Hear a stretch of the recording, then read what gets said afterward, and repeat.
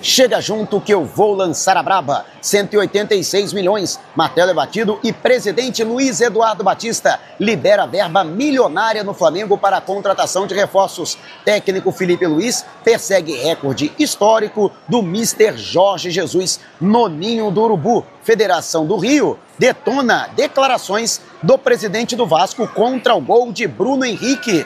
E 3 jogadores são preocupação na representação dos atletas amanhã no Ninho do Urubu. Te preparem, a partir de agora, ó, é tudo nosso. Já chega largando o like, se você ainda não se inscreveu, inscreva-se, o botãozinho está aqui abaixo e não esqueça de acionar o sininho na opção todos para não perder nenhum de nossos conteúdos todos os dias. Tem vídeos novos com as principais informações e notícias mais quentes do Mengão. E o Flamengo, que tem aí 3 preocupações para a reapresentação dos atletas. Amanhã, no Ninho do Urubu, em Vargem Grande, na zona oeste do Rio de Janeiro, após a merecida folga deste domingo, com a classificação para a decisão do Campeonato Estadual do Rio de Janeiro. Aliás, estão jogando. Fluminense e Volta Redonda, na verdade, Volta Redonda e Fluminense, o Voltaço, que tem o mando de campo. Fluminense que tem a vantagem de perder por até 3 gols de diferença para avançar a final e enfrentar o Flamengo na decisão do estadual de 2025. E você, quando estiver acompanhando esse vídeo, já aconteceu o jogo? Deixe nos comentários qual será o adversário do Flamengo na decisão e a sua expectativa, é claro. E o Flamengo, que tem aí preocupações para a representação dos jogadores, é curto o período, já na semana que vem, né? Nesta semana, na verdade, acontecem as partidas que vão decidir quem será o campeão da edição de 2025. O Flamengo, atual campeão, persegue o 39º título em sua história do Campeonato Carioca. 3 jogadores deixaram o campo reclamando de dores musculares: Arrascaeta, o capitão Gerson e o Wesley, titular absoluto da lateral direita do Flamengo. Wesley, inclusive, chegou a ser cogitada a sua substituição no segundo tempo, ele que deu um pique e acabou sentindo uma fisgada na parte posterior da coxa direita, na verdade a panturrilha direita, mas permaneceu em campo pelo menos até o final da partida. No entanto, reclamou de incômodo. Arrascaeta e Gerson, da mesma forma, também com incômodo muscular, serão reavaliados pelo departamento médico do Flamengo e também pela preparação física na representação dos jogadores nesta segunda-feira. Se tiverem algum tipo de lesão ou continuarem reclamando de incômodo, é possível que desfalquem o Flamengo no compromisso já na próxima quarta-feira, no primeiro jogo da grande final do Campeonato Estadual do Rio de Janeiro. Ou seja, tomara que não sintam incômodo, tomara que seja uma situação de jogo e que não haja nenhum problema. Muito se cogitou a situação do Maracanã, com um piso duro que pode ter prejudicado os atletas. No entanto, vários jogadores comentaram que os problemas do Maracanã, que realmente tinham um piso muito duro e isso atrapalhava os jogadores, isso vem melhorando ao longo das partidas. Aliás, o próprio consórcio Maracanã chegou a se pronunciar a esse respeito. A gente fez um contato com pessoas ligadas à administração do estádio, que fazem, inclusive, a manutenção do gramado e que garantiram que, com o passar do tempo, a resina que era utilizada para a fixação da grama sintética, lembrando que o gramado do Maracanã é híbrido, 10% do gramado do Maracanã é de fibra, é de grama sintética, e é necessária a utilização de uma resina. Essa resina, ela, ao ser utilizada, ela fica muito rígida, mas vai ganhando maleabilidade com o passar do tempo. E é isso que está acontecendo, e os jogadores têm mencionado que realmente a qualidade do gramado, neste sentido de impacto, tem melhorado bastante. Mas a gente torce para que não seja nenhum problema sério com os jogadores do Flamengo, né? E tomara que realmente isso não aconteça. E o técnico Felipe Luiz, que tem uma situação interessante, né? O treinador rubro-negro já está 22 jogos invicto desde o ano passado. Curiosamente, a derrota para o Fluminense no retorno do Campeonato Estadual do Rio de Janeiro por 2-0 no Maracanã. Após isto, o treinador simplesmente não perdeu nenhum outro jogo. São impressionantes. 17 vitórias e 5 empates nessa caminhada, né? Desses 22 jogos. Realmente tem que enaltecer, né?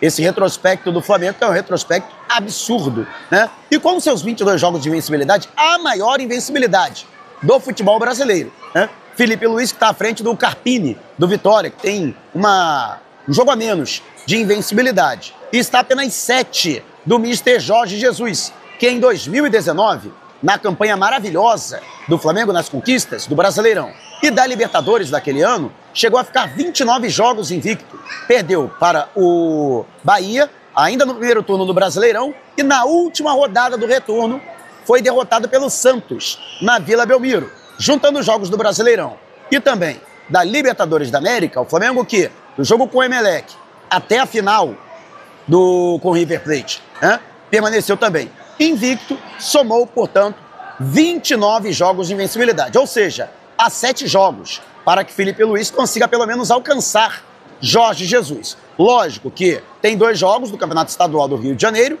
e além desses 2 jogos da final, o Flamengo vai começar a disputar competições teoricamente mais difíceis. O sarrafo vai ficar mais elevado. Campeonato Brasileiro, Copa do Brasil, Copa Libertadores da América, em que será, logicamente, mais difícil manter a invencibilidade. É natural. Em algum momento, o time do Flamengo vai perder.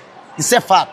Lógico que tomara que demore bastante, né? Mas em algum momento vai cair a invencibilidade do técnico Felipe Luiz. Mas no século, o recorde é de Jorge Jesus, 29 jogos. E sim, esse recorde pode ser quebrado caso, no conjunto dos jogos do Campeonato Brasileiro, da Copa do Brasil e da Libertadores, além, é claro, das 2 partidas da final do Campeonato Carioca, Felipe Luiz consiga somar, portanto, mais 7 jogos sem saber o que é derrota. E você acha que o Felipe Luiz vai conseguir superar o Jorge Jesus, né? A criatura vai superar o seu criador? Deixe abaixo o seu comentário. E lembrando para você que a iRenew tem os melhores preços para toda a linha Apple. Localizada em Orlando, na Flórida, a loja é especializada em produtos remanufaturados e seminovos com procedência e garantia, inclusive aqui no Brasil. Não acredita? Tem o link no comentário fixado. Você clica e acessa o site da iRenew para poder comprovar. E tem mais, hein? No ato da compra, utilizando o cupom Flamengo8, você ganha 8% de desconto para não precisar pagar imposto, que vai ficar por conta da iRenew. Só tem um problema, ela não entrega aqui no Brasil, embora dê garantia aqui em território nacional. Você necessariamente terá que morar nos Estados Unidos ou viajar até Orlando, na Flórida, para buscar o seu produto. Mas se você conhece alguém que vai viajar para Orlando, pode pedir para essa pessoa buscar e comprar online. Ou se conhece alguém que resida nos Estados Unidos, pode dar o endereço dessa pessoa e a iRenew, lógico, cobrando o valor de frete, vai entregar na residência informada. Daquela moral esperta aí para o nosso querido Anderson. E mudando de assunto, o Flamengo tem aí a situação, né, do Vasco, que reclamou bastante do gol do Bruno Henrique, 100º gol do Bruno Henrique, com o manto sagrado rubro-negro. Bruno Henrique que entrou para a história do Flamengo, justamente diante do Vasco, que é a sua principal vítima, né, dos 100 gols marcados pelo Flamengo, nada menos que 11 foram em cima do Vasco, né, 22 gols em clássicos, né, o que dá a ele aí o apelido muito justo de rei dos clássicos. Mas o presidente do Vasco, Juninho, reclamou de uma suposta condição irregular de Bruno Henrique. A verdade é que as imagens não deixam um consenso se o jogador estava realmente impedido ou se tinha condição legal para a finalização, que foi confirmada pela arbitragem, com o gol do empate, e no segundo tempo o Flamengo chegou à virada com o Luiz Araújo. Poderia ter até perdido por um gol de diferença, e ainda assim estaria classificado. Mas a Federação de Futebol do Estado do Rio de Janeiro não ficou calada e se pronunciou com relação às queixas do dirigente Cruz Maltino. Segundo a entidade, o Vasco participou da reunião dos clubes, realizada antes do Campeonato Carioca, para estabelecer critérios e respectivas diretrizes de aplicabilidade e atuação do VAR, tendo voz e voto favorável a todas as decisões estabelecidas. O aumento da espessura da linha do impedimento para 12 centímetros foi aprovado por unanimidade, onde ficou claro e óbvio que o objetivo final era beneficiar o gol e de acordo com o conceito de que, na mesma linha, não há impedimento. Foi o que respondeu a entidade máxima do futebol do Rio de Janeiro, aí um tapa na cara do Vasco. Mas é essa história, cara, o Vasco participa do arbitral. Aí depois quer reclamar? O Vasco participou da escolha do árbitro, Wagner do Nascimento Magalhães, que realmente é muito ruim. Mas o Vasco concordou com o Wagner do Nascimento Magalhães apitando. Aí depois quis reclamar, botou pressão na arbitragem, com esse fato entrou em campo pressionado e acabou fazendo uma série de lambanças, mas o gol do Bruno Henrique não foi lambança. Aliás, a federação não está inventando a roda, ela está simplesmente acatando uma recomendação da FIFA, indúpta pro gol, né? Na dúvida, você confirma o gol e não anula. É o que diz, portanto, a FIFA nesses casos. Mas eu quero saber de você. E essa resposta da federação ao Vasco da Gama? Deixe abaixo o seu comentário. E o Flamengo, não, antes disso, você esqueceu, né?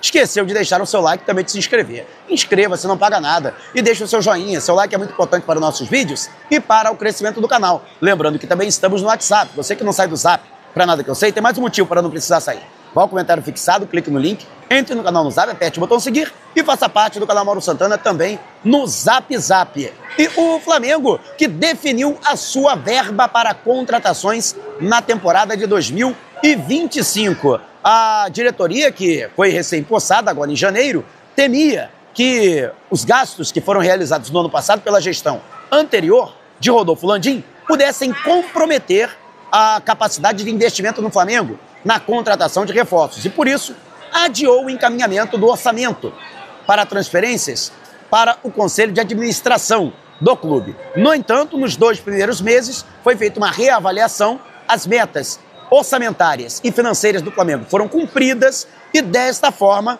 inclusive, a diretoria pediu um aumento daquilo que havia sido inicialmente pedido pela gestão anterior no orçamento encaminhado para os conselhos do clube. 20 milhões de euros para a temporada de 2025 para a contratação de reforços. No entanto, Luiz Eduardo Batista bateu o martelo e deu o aval para que seja pedido um aumento de 10 milhões de euros, ou seja, 30 milhões de euros para a obtenção de reforços nesta temporada, o que daria, em reais, 186 milhões de reais. Lógico, não basta o presidente referendar, isso tem que passar e ser aprovado pelos conselhos, primeiramente pelo Conselho de Administração do clube. Aliás, todo o orçamento do Flamengo para 2025, inclusive com gastos, metas orçamentárias, previsão de receita bruta, tudo isso vai ser colocado no papel. A administração, inclusive, prevê que este ano o Flamengo quebre o recorde obtido em 2023 de 1 bilhão 370 milhões de reais em arrecadação.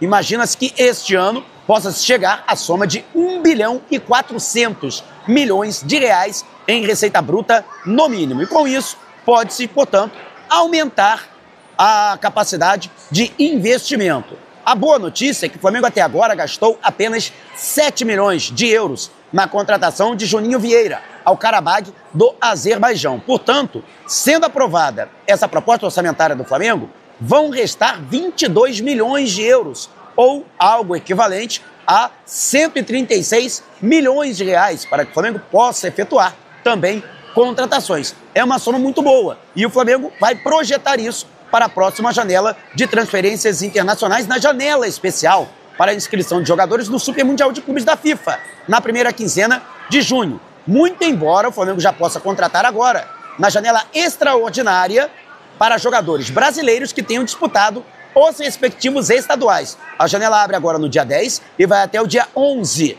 do mês que vem. O Flamengo também pode contratar jogadores aqui no Brasil. Atletas de fora do país, não. A janela para transferências internacionais fechou para a entrada de jogadores no último dia 28 e reabre apenas para as competições daqui do Brasil no dia 13 de julho. No entanto, repito, para o Super Mundial de Clubes da FIFA, o Flamengo já pode contratar de dentro ou de fora do Brasil na primeira quinzena de junho. E não deixa de ser uma excelente notícia, o Flamengo aumentando, portanto, a sua capacidade de investimento. E você, o que acha? 22 milhões de euros é verba suficiente para o Flamengo efetuar boas contratações? Lembrando, que o Flamengo contratou o Danilo a custo zero, ele que veio depois de rescindir o seu contrato com a Juventus, e Jorginho também está para assinar um pré-contrato para chegar também a custo zero. Ele que está em fim de contrato com o Arsenal da Inglaterra. Mas eu quero saber a sua opinião. Deixe abaixo o seu comentário. Se você quiser saber mais sobre o canal ou propor parcerias, mande o zap para o número que está aqui na descrição do vídeo. Não cesse sem antes deixar o seu like. Gostou do vídeo? Compartilhe com a galera, mas não vá embora. Tá vendo uma dessas janelas que apareceram? Clique em uma delas e continue acompanhando o nosso canal, combinado? Despertando paixões, movendo multidões. Este é o Mengão.